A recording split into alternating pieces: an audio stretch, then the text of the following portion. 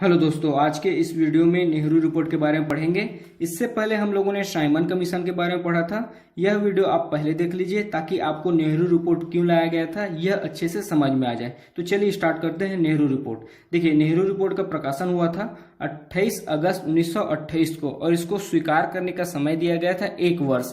अंग्रेज इसे 1 वर्ष में स्वीकार कर ले, नहीं तो इसे समाप्त कर दिया जाएगा। फिर देखते हैं नेहरू रिपोर्ट का कारण। देखिए, लंदन से नवंबर 1927 में घोषणा किया गया था साइमन कमीशन का। साइमन कमीशन भारत आ रहा था और यह जो अंग्रेजों के द्वारा 1919 में मॉन्टेन्यू चेम्सफोर्ड सुधार एक्ट लाया गया था उसकी समीक्षा करने के लिए साइमन कमीशन भारत आ रहा था। और इसमें सदस्यों की संख्या 7 थी और सातों के सातों अंग्रेज थे, जिसके कारण इसका विरोध होगा क्योंकि यह भारत के लिए नए रूल, नए कानून, नए रेगुलेशन बनाने आ रहा है और इसमें एक भी भारतीय सदस्य शामिल नहीं है, जिसके कारण इसका पूरे भारत में विरोध होगा। साइमन कमीशन का पूरे भारत में विरोध होगा और इसमें 7 अंग्रेज सदस्य शामिल थे, इसी कारण इसे श्वेत सदस्य भी कहा जाएगा।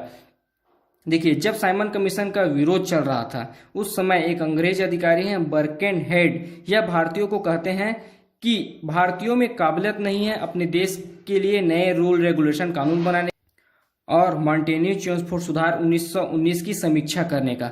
तो बर्केनहेड के चैलेंज पर कि भारतीयों में काबिलियत नहीं है अपने लिए कानून बनाने का, इस चैलेंज पर साइमन कमीशन के साथ ही आएगा नेहरू रिपोर्ट और इसके अध्यक्ष बनाए जाएंगे मोतीलाल नेहरू और इसमें सचिव के रूप में शामिल होंगे उन्हीं के बेटे जवाहरलाल नेहरू और इसमें सदस्य के रूप में शामिल हैं सुभाष चंद्र बोस, तेज बहादुर सप्रू, MS अड़े, GR प्रधान, शुएब कुरैशी, अली इमाम, सरदार मंगल सिंह। ये सब नेहरू रिपोर्ट में सदस्य के रूप में शामिल हैं।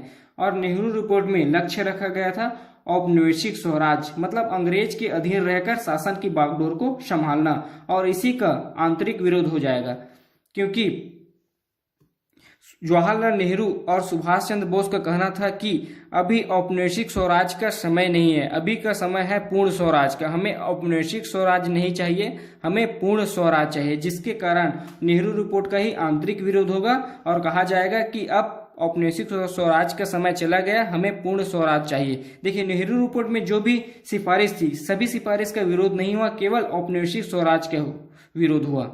फिर देखते हैं नेहरू रिपोर्ट को कहा गया संवैधानिक मसौदा, मतलब नेहरू रिपोर्ट को कहा गया भारतीय संविधान का ब्लूप्रिंट, क्योंकि नेहरू रिपोर्ट की बहुत सारी सिफारिशें आज हमारे भारतीय संविधान में सम्मिलित हैं।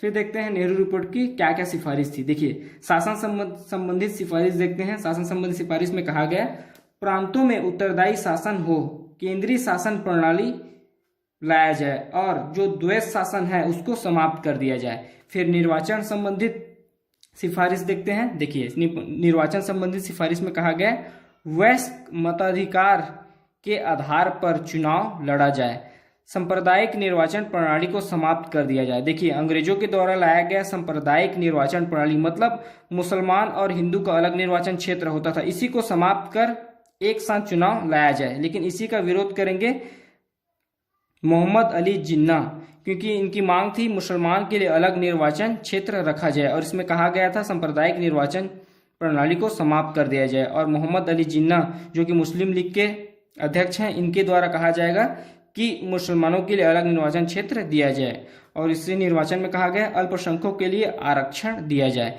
फिर संवैधानिक अधिकार कुछ मांगे गए थे, जैसे कि मौलिक अधिकार प्रदान किया जाए, संघीय संविधान प्रदान किया जाए, औपनिवेशिक स्वराज प्रदान किया जाए और इसी औपनिवेशिक स्वराज का ही आंतरिक विरोध होगा सुभाष चंद्र बोस और उन्हीं के बेटे जवाहरलाल नेहरू के द्वारा, क्योंकि इनकी मांग थी पूर्ण स्वराज। फिर देखते हैं गठन से संबंधित देखते हैं। देखिए, गठन में कहा गया कि सर्वोच्च न्यायालय का गठन किया जाए, संघ लोक सेवा आयोग का गठन किया जाए। फिर देसी रियासत संबंधित कुछ बातें उसमें कही गई थी। देसी रियासत को केंद्र के अधीन कर दिया जाए और वायसराय, जो भारत के वायसराय, उन्हें केवल संवैधानिक प्रमुख का दर्जा दिया जाए। तो इस प्रकार की सिफारिशें नेहरू रिपोर्ट में कहा गया था। देखिए, नेहरू रिपोर्ट बहुत ही अच्छा था। अंग्रेजों के द्वारा जो साइमन कमीशन लाया गया था उससे लाख गुना बेटर था, लेकिन इसमें केवल एक मांग औपनिवेशिक स्वराज की जो मांग किया गया था उसी का विरोध होगा, क्योंकि अब समय अंग्रेजों के अधीन रहकर शासन की बागडोर को संभालना नहीं है। अब का समय पूर्ण स्वराज का आ गया है, अंग्रेजों को भगाने का समय आ गया है, जिसके कारण जवाहरलाल नेहरू और सुभाष चंद्र बोस औपनिवेशिक स्वराज का विरोध करते हैं। बाकी इनकी मांगे बहुत अच्छी थी।